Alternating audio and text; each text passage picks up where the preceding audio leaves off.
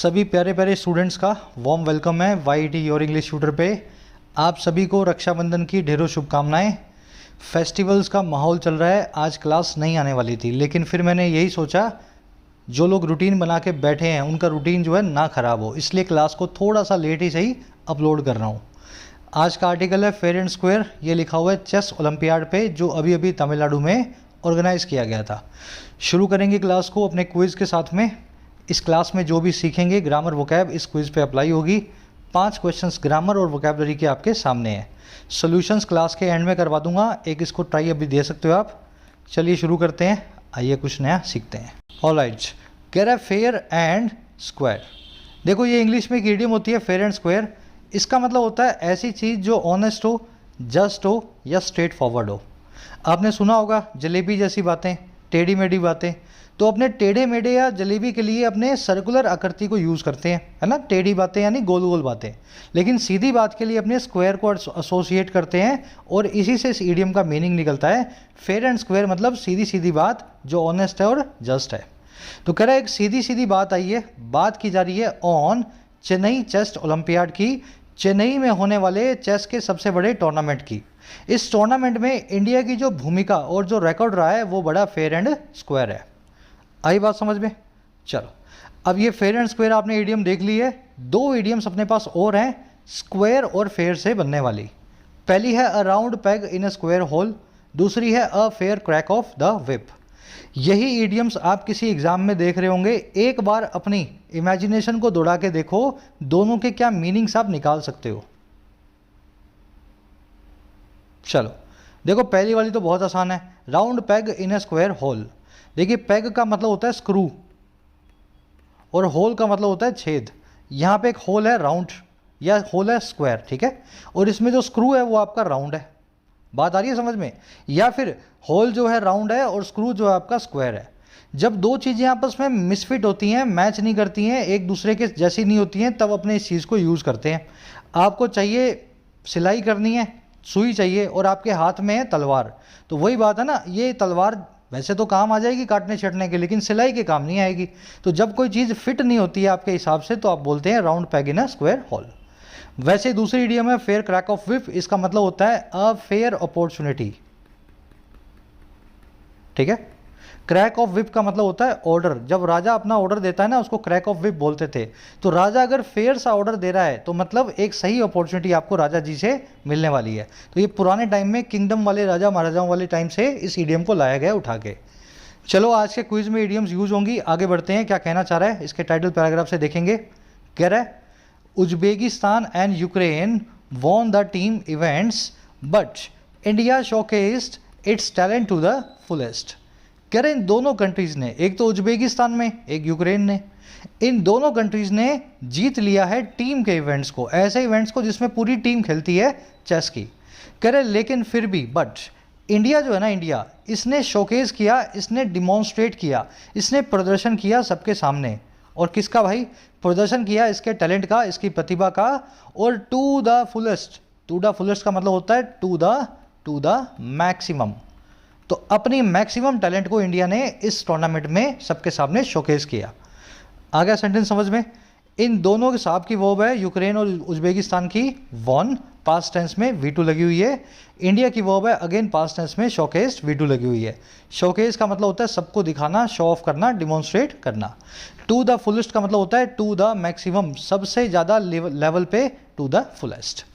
चलो सिंपल सा आर्टिकल है, ज़्यादा इसमें कुछ है नहीं, स्मूथली इसको पढ़ते जाओ। इसकी मैं वोकैब आपको सारी एक साथ दिखा देता हूँ ताकि आपको पढ़ने में इसको दिक्कत ना हो। वोकैब देखने से पहले साथ ही देखिए एग्जाम्स का सीजन आ चुका है, एक के बाद एक नोटिफिकेशन निकल रहे हैं वेरियस एग्जाम्स के।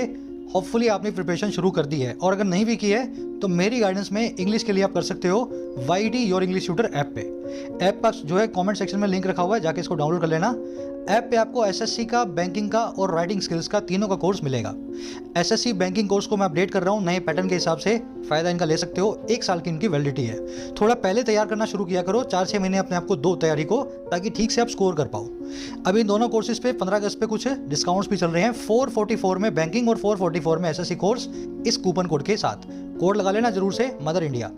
राइटिंग का कोर्स भी अवेलेबल है 480 के अंदर। 15 अगस्त पे आपको कुछ डिस्काउंट्स मिल रहे हैं। इसमें आप बिल्कुल बेसिक से लिखना सीखते हो 50 से 60 घंटों के अंदर मेरे साथ। तीनों कोर्सेज ऐप पे अवेलेबल हैं। कमेंट सेक्शन में जाओ, ऐप को डाउनलोड करो। कोई भी क्वेरी हो, ये नंबर है व्हाट्सअप, मेरी टीम से आप बात कर सकते हैं। ऑलराइट, वो कैप शीट है अपनी, 1 2 3 4 और 5 वर्ड्स हैं अपने पास, 4 पुराने 1 नया। इनविंसिबल आपका मीनिंग इसको पता होगा आपको। इनविंसिबल मतलब जिसको हराया ना जा सके, जो अनडिफीटेबल हो, जो अनबीटेबल हो। इसी को इनडोमिटेबल भी बोलते हैं। डोमिटेबल मतलब जिसको डोमिनेट ना किया जा सके। जब आप किसी को हराते हो तो उसको डोमिनेट करते हो। इनडोमिटेबल का मतलब है जिसको डोमिनेट ना किया जा सके, जिसको हराया ना जा सके। तो आज इनडोमिटेबल नाम का वर्ड आर्टिकल में आप देखेंगे। अजय बोलते हैं, अजय, हिंदी में बोलते हैं इसको Ajay. Economic recessions have the power to bring down even invincible companies. Economic recession जो होते हैं, आर्थिक जो है मंदियाँ जो होती हैं, उनमें पावर्स होती है ब्रिंग डाउन करने की, गिरा देने की। और किसको? यहाँ तक कि इनविंसिबल कंपनीज को, गूगल, माइक्रोसॉफ्ट और एप्पल जैसी कंपनीज को भी। Invincible, indomitable, indestructible. तो ये वर्ड आर्टिकल में आएगा। नेक्स्ट वर्ड है अवर्स। अवर्स का मतलब होता है किसी चीज़ को लेकर के हेजिटेंट, किसी चीज़ को लेकर के परहेजी, परहेज करने वाला, है ना, एवर्स। एवर्स का बिल्कुल उल्टा होता है किसी चीज़ के लिए तैयार, यानी कि विलिंग।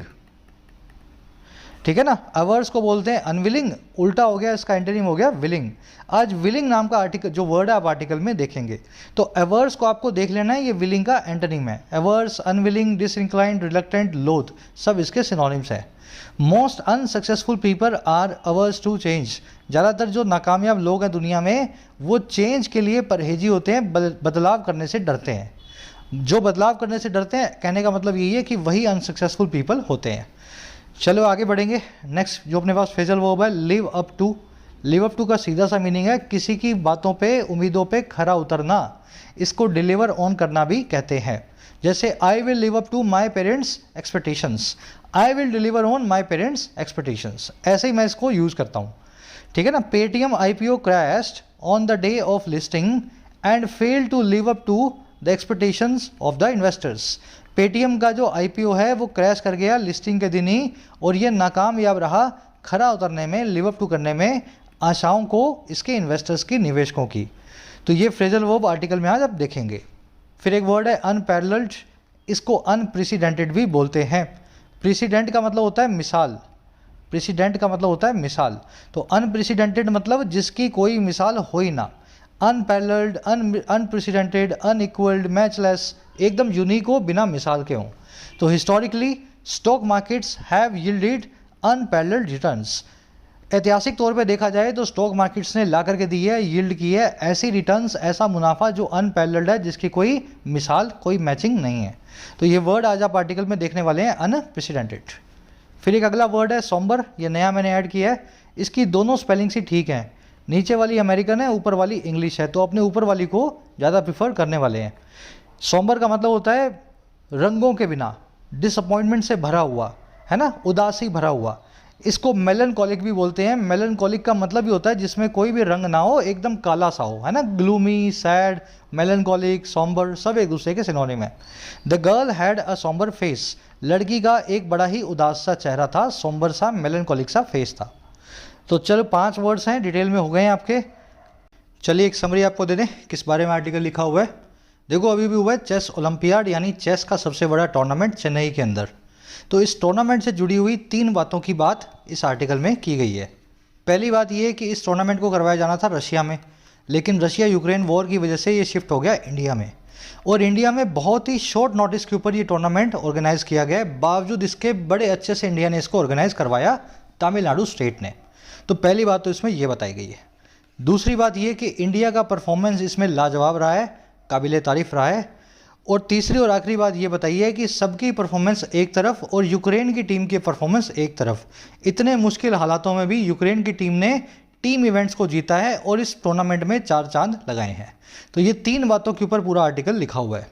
चलिए अब डिटेल में देखेंगे। आज की टोन है रिपोर्टिंग। जब भी कुछ आपको ना किसी की बुराई, ना किसी की अच्छाई, ना कोई एनालिसिस, सीधे सीधे चीज़ों के बारे में बताया जाए, फैक्ट्स के बारे में, तो होती है आपकी रिपोर्टिंग टोन।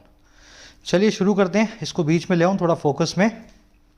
कह रहा है the 44th edition of the chess Olympiad, which concluded at the historical town of Mamallapuram near Chennai on Tuesday. कह रहे will be talked about for a long time. अब यहाँ पे रुक जाओ, और ज़्यादा पढ़ोगे तो फिर पिछला भूल जाओगे। कह रहा है 44वां जो एडिशन है, 44th एडिशन जो है चेस के सबसे बड़े टूर्नामेंट का, जिसका नाम है चेस ओलंपियाड। अच्छा, कौन सा ओलंपियाड है भाई?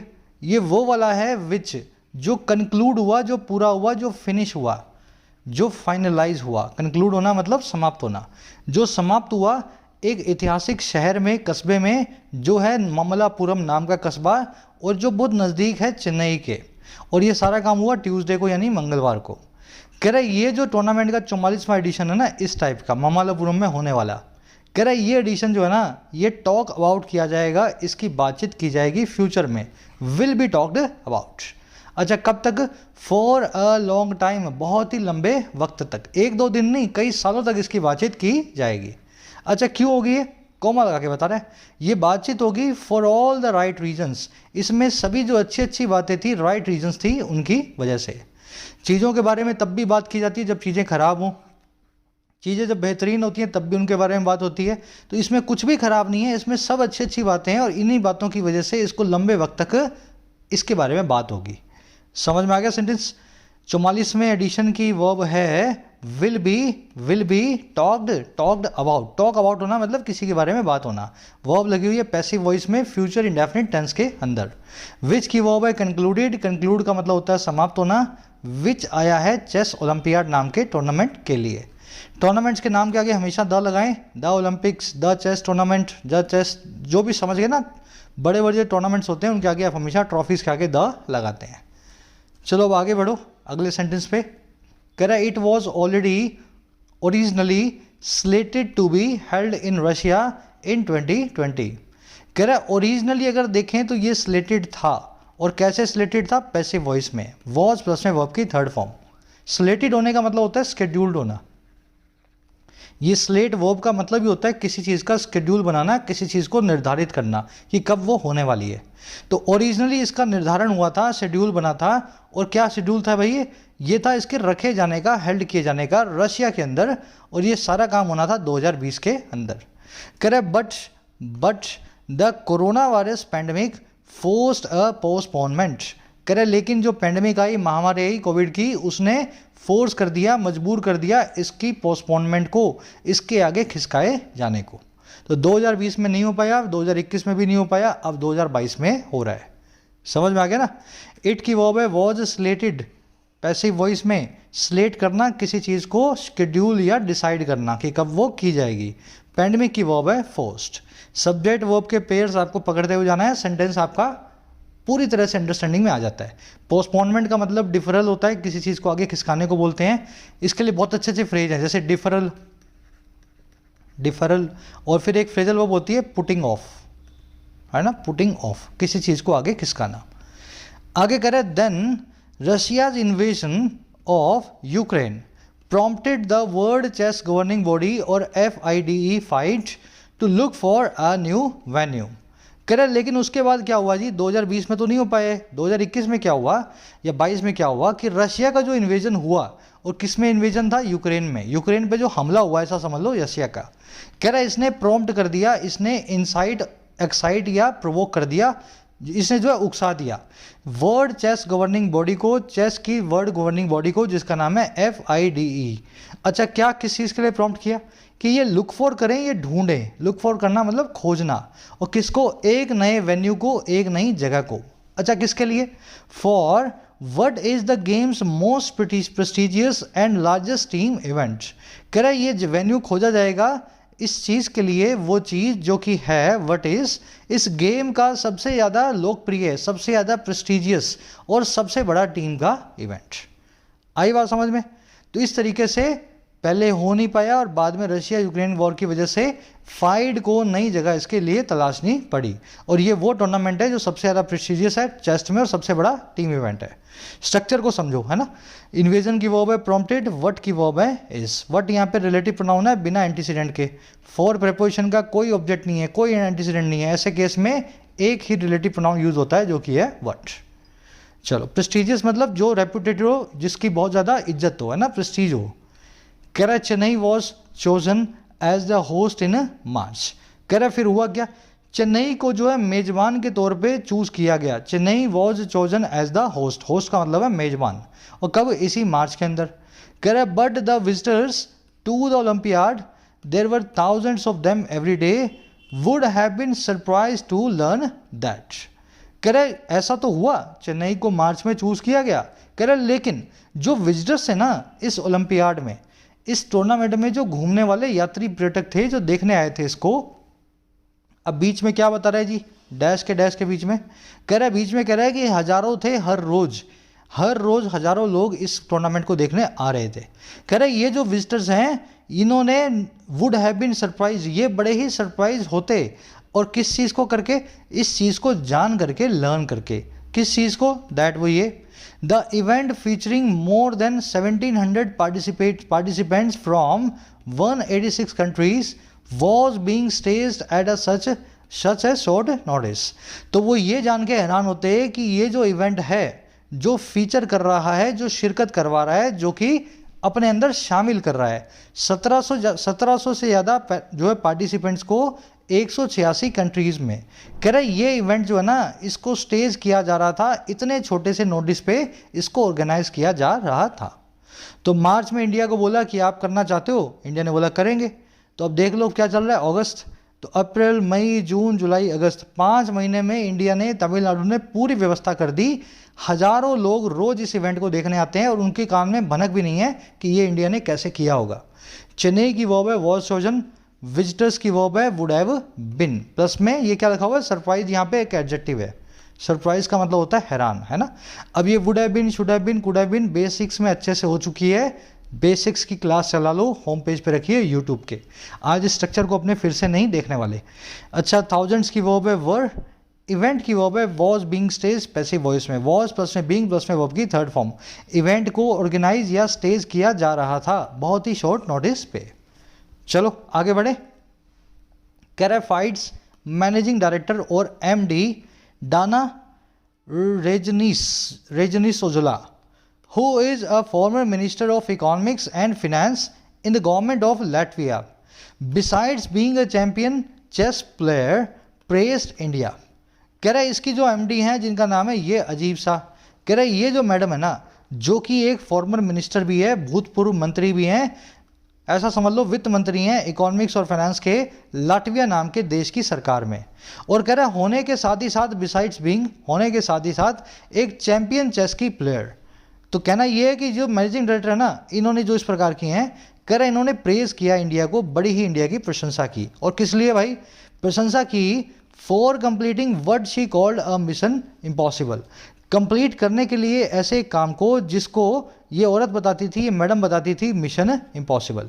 तो इनके हिसाब से तो हो ही नहीं सकता था 5 महीने में इंडिया इतना बड़ा टूर्नामेंट जो है उसकी व्यवस्था कर दे, लेकिन इंडिया ने करके दिखाया और इन्होंने इंडिया को प्रेज भी किया। समझ में आ रही है बात। मैडम की वर्ब है प्रेस्ड, शी की वर्ब है कॉल्ड, शी आया मैडम के लिए, डाना के लिए, हु की वर्ब है इज, हु अगेन आया शी के लिए, सिंगुलर, इसका जो एंटीसीडेंट है सिंगुलर है इसलिए हु की वर्ब भी सिंगुलर है, who is a former minister. चलो आगे बढ़ते हैं। कह रहे the ball got rolling when the all India chess federation proposal was accepted by the Tamil Nadu chief minister M K. Stalin. कह रहे बॉल जो है स्टार्ट होगी रोल करना। बॉल गेट रोलिंग का मतलब है चीज़ों का आगे बढ़ना, घटनाक्रम का घटित होना, है ना, डेवलपमेंट होना किसी एपिसोड में, किसी घटना में। तो कह रहे चीज़ें शुरू हो गई, आगे बढ़ना, द बॉल गॉट रोलिंग। और कब, जब ऑल इंडिया चेस फेडरेशन का जो प्रपोजल है उसको एक्सेप्ट कर लिया गया तमिलनाडु के सीएम एम.के. स्टालिन के द्वारा। तो इनसे पूछा होगा यहाँ करवा ले, इन्होंने बोला नेकी और पूछ करवाओ यहाँ पे। तो जैसे इन्होंने हाँ बोला ना तो ये पूरा मामला आगे बढ़ने लगा। चलिए, बॉल की वर्ब है गॉट, बॉल गेट्स रोलिंग का मतलब ही आप समझ चुके हो, चीज़ों का आगे बढ़ना। एक फ्रेज है इंग्लिश में। प्रपोजल की वर्ब है वॉज एक्सेप्टेड, पैसिव वॉइस के अंदर प्रपोजल को एक्सेप्ट किया गया। चलो आगे कह रहे to his credit the Tamil Nadu government was willing to spend more than 100 crore on a sport that is not anywhere nearly as glamorous as cricket और फुटबॉल। अब कह रहे हैं इसमें एक अजीब सी बात हो रही है। कह रहे बात तो इनकी प्रशंसा की है टू इट्स क्रेडिट, क्रेडिट का मतलब होता है श्रेय, और टू इट्स क्रेडिट का मतलब है श्रेय दिया जाना चाहिए। कह रहे किसको दिया जाना चाहिए भाई, क्रेडिट किसको मिलना चाहिए? सरकार को तमिलनाडु की, क्योंकि ये थी बड़ी ही विलिंग, बड़ी ही रेडी। विलिंग आप जानते हैं ना, विलिंग, अनविलिंग, रेडी, लोथ, हेजिटेंट। तो विलिंग का मतलब होता है तैयार, क्योंकि इनकी सरकार बड़ी तैयार थी खर्च करने के लिए 100 करोड़ से ज़्यादा एक ऐसे स्पोर्ट पे, ऑन अ सपोर्ट। और कैसा support? That is not anywhere nearly as glamorous as cricket और फुटबॉल। ये ऐसा स्पोर्ट है जो नज़दीक भी नियरली नहीं है उतना ग्लैमरस जितना कि क्रिकेट है या फिर फुटबॉल है। तो ऐसे एक बहुत कम जो है फेमस स्पोर्ट के लिए तमिलनाडु ने 100 करोड़ रुपीज़ अलग रखे, अपने आप में काबिल तारीफ बात है। समझ में आ गया सेंटेंस? तमिलनाडु गवर्नमेंट की वो पे वॉज, विलिंग का मतलब होता है रेडी, इसका मतलब उल्टा होता है अनविलिंग, जो रेडी ना हो, हेजिटेंट हो। और दैट की वर्ब है इज। दैट आया है स्पोर्ट के लिए, वो वाला स्पोर्ट जो कि उतना पॉपुलर नहीं है जितना कि जो है क्रिकेट या फुटबॉल। चलिए और आगे बढ़ते हैं, सिंपल सा आर्टिकल है ना। कह रहे हैं in 2013 the Tamil Nadu government had conducted at Chennai the world chess championship match. कह रहे 2013 में तमिलनाडु की सरकार ने कंडक्ट किया था, रखवाया था, और कहाँ पे? चेन्नई में ही एक वर्ल्ड चेस चैंपियनशिप को, चेन्नई में एक बड़ी सी चैंपियनशिप को, वर्ल्ड चेस है ना। कह रहे ये वो मैच था जो था between local boy Vishwanath Anand and Magnus Carlsen, इन दोनों इंसानों के बीच में था। विश्वनाथ साहब को आप जानते हैं, और ये मैग्नस कार्लसन देख लेना कौन सी कंट्री के हैं। कह रहे but the size and logistics of that event can not be compared with that of the olympiad. कह रहे लेकिन बावजूद इसके जो आकार और लॉजिस्टिक्स हैं, जो साइज और काम करने का तरीका है, और किसके? उस इवेंट का, वो पिछले वाले का। कह रहा है उसको कंपेयर विद नहीं किया जा सकता, उसको समझ गए ना, कंपेयर विद करना मतलब तुलना करना, उसकी तुलना नहीं हो सकती। और किसके साथ? जो साइज और लॉजिस्टिक्स है ओलंपियाड का, चेस के। तो ओलंपियाड का लेवल बिल्कुल अलग है। ये एक सिंगल मैच था, यहाँ पे हज़ारों लोग रोज़ कई सारे जो है दर्जनों मैच खेलने आते हैं। समझ में आ गया? चलो अब यहाँ पे ग्रामर कॉन्सेप्ट है, स्ट्रक्चर देख लेना। गवर्नमेंट की वर्ब है हैड कंडक्टेड, ये काम हो चुका था पास्ट से, पास्ट में 2013 में ही। लॉजिस्टिक्स की वर्ब है कैन नॉट बी, साइज और लॉजिस्टिक्स की वर्ब है can not be compared. Concept है यहाँ पे दैट वाला, विद दैट ऑफ ओलंपियाड। ये दैट की यहाँ पे क्या ज़रूरत पड़ी? एक बार अपने आप से पूछो, अगर आप बेसिक्स कर चुके हो मेरे साथ यूट्यूब पे, बेसिक्स अगर आपने एसएससी बैंक के कर लिए हैं तो ये कॉन्सेप्ट आपको आना चाहिए। चलो अब जिनको नहीं आता फटाफट इस कॉन्सेप्ट को समझ लेना। कॉन्सेप्ट ये कहता है कि इसको रूल बोलते हैं दैट या दोज वाला, ठीक है, एरर मिलती है इस पर आपको।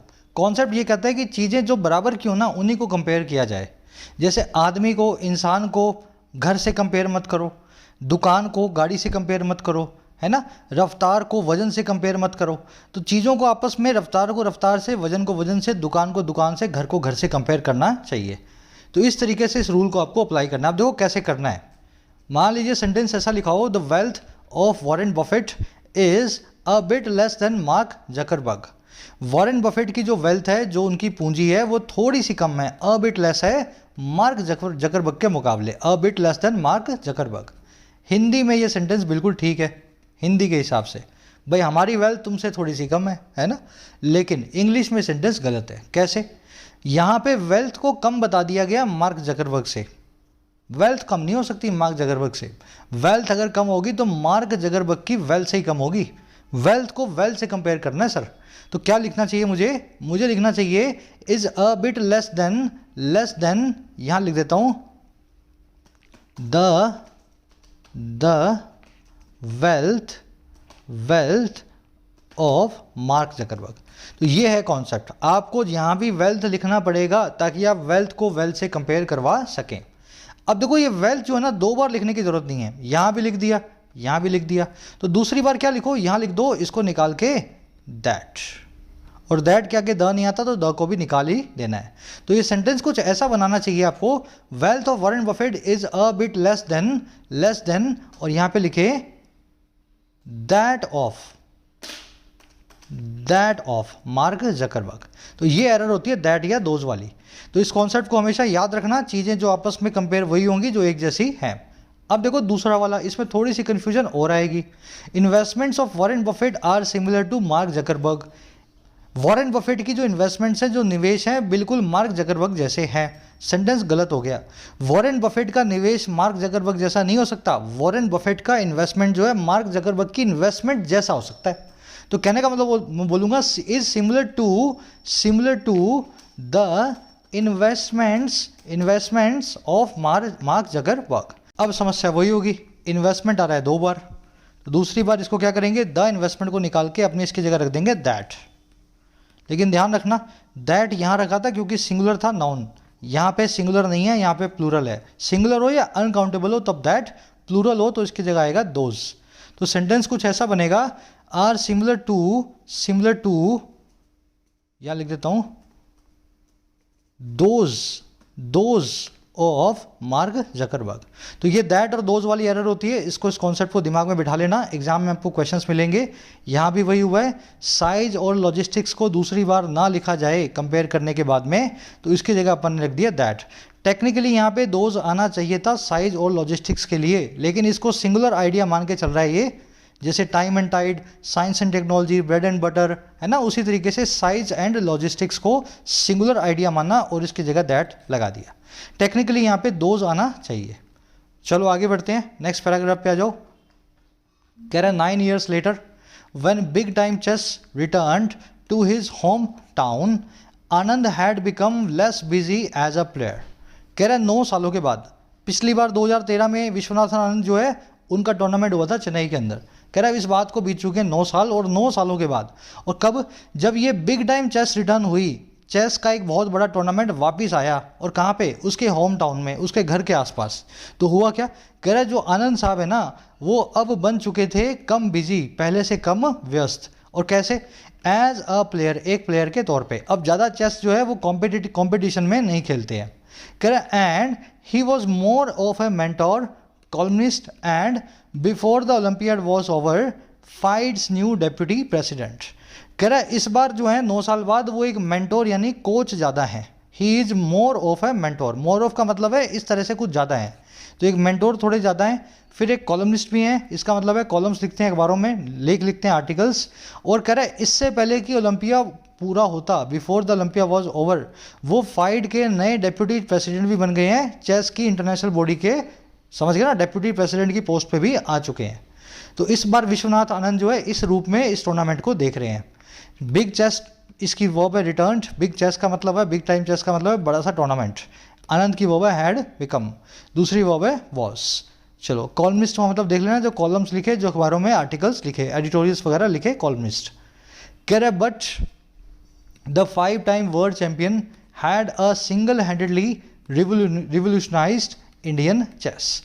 कह रहे लेकिन 5 टाइम के जो वर्ल्ड चैंपियन है ग्रैंड स्लैम में, मतलब आनंद साहब की बात हो रही है, कह रहे इन्होंने अकेले अपने दम पे, सिंगल हैंडेडली, अपने ही हाथ के दम पे क्या किया, इन्होंने बदल के रख दिया, रिवोल्यूशनाइज कर दिया, क्रांति ले आए इंडिया की चेस के अंदर, इंडियन चेस के अंदर।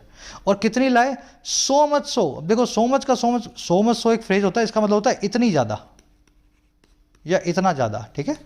कह रहे इतनी ज़्यादा लाए that it could afford a field 3 teams at a olympiad. कह रहा इतनी ज़्यादा हो गई कि ये अब जो चेस है इंडिया में ये अफोर्ड कर सकती है फील्ड करना 3 टीम्स को। फील्ड का मतलब होता है खिलाना, है ना, भेजना खेलने के लिए। तो अब इंडिया जो है 3 टीम्स को भेजना जो है अफोर्ड कर सकता है एक ओलंपियाड के अंदर। तो इस तरीके से चेस जो है 9 सालों में विश्वनाथन आनंद की वजह से बहुत बड़े लेवल पे आ चुकी है इंडिया में। वर्ल्ड चैंपियन की वो है हैड रिवोल्यूशनाइज का मतलब होता है क्रांति लाना, चीज़ों में बदलाव लाना। इट की वो है कुड अफोर्ड, इट आया है इंडिया की चेस के लिए, है ना, इंडियन चेस के लिए। 5 time यहाँ पे हाइफिनेटेड एडजेक्टिव है, 3 दिन पुरानी क्लास में आपको करवाए गए थे।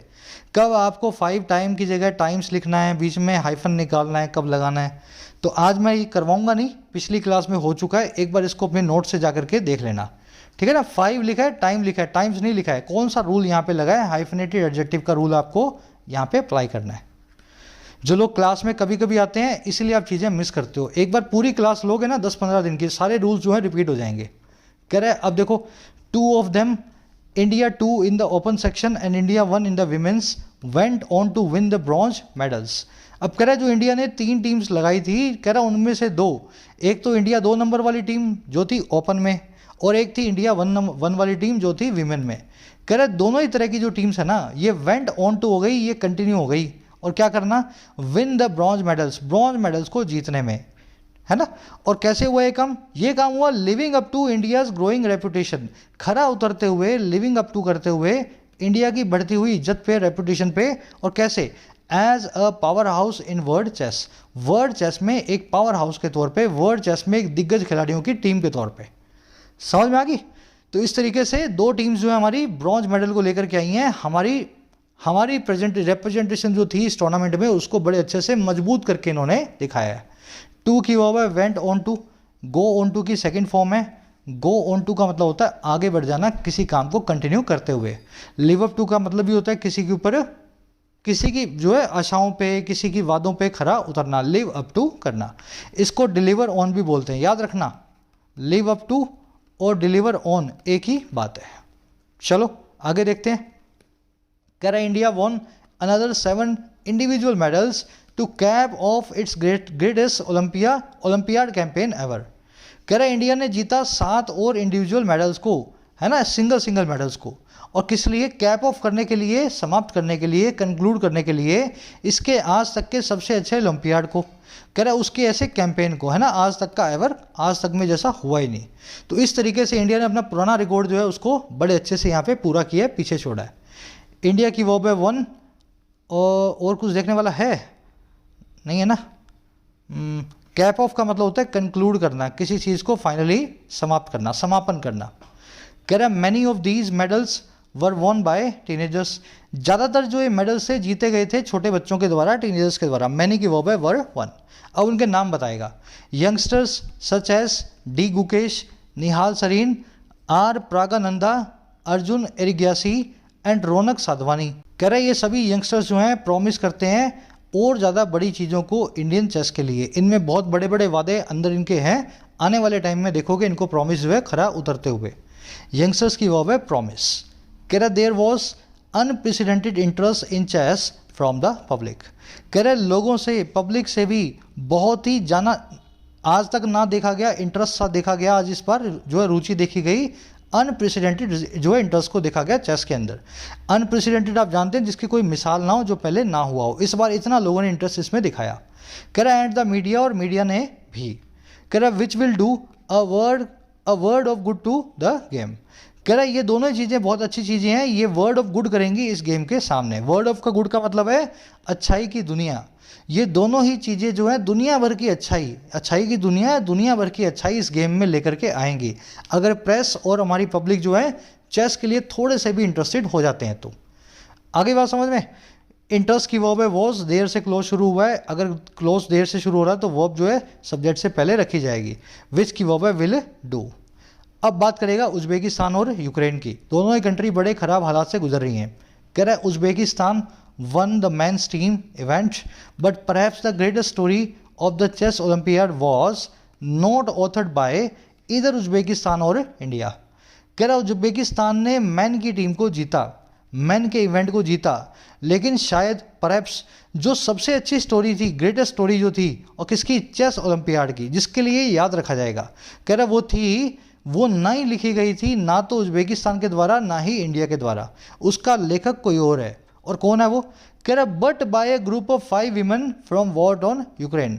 ये है ग्रुप, इसकी हिस्ट्री को लिखने वाला है ग्रुप जो है 5 यंग वीमेन का, जो वॉर से जूझ रहे यूक्रेन से आई थी। तो यूक्रेन से जो टीम आकर के इंडिया में जीती है, यही टीम की ये परफॉर्मेंस इस ओलंपियाड की याद को ताज़ा रखने वाली है।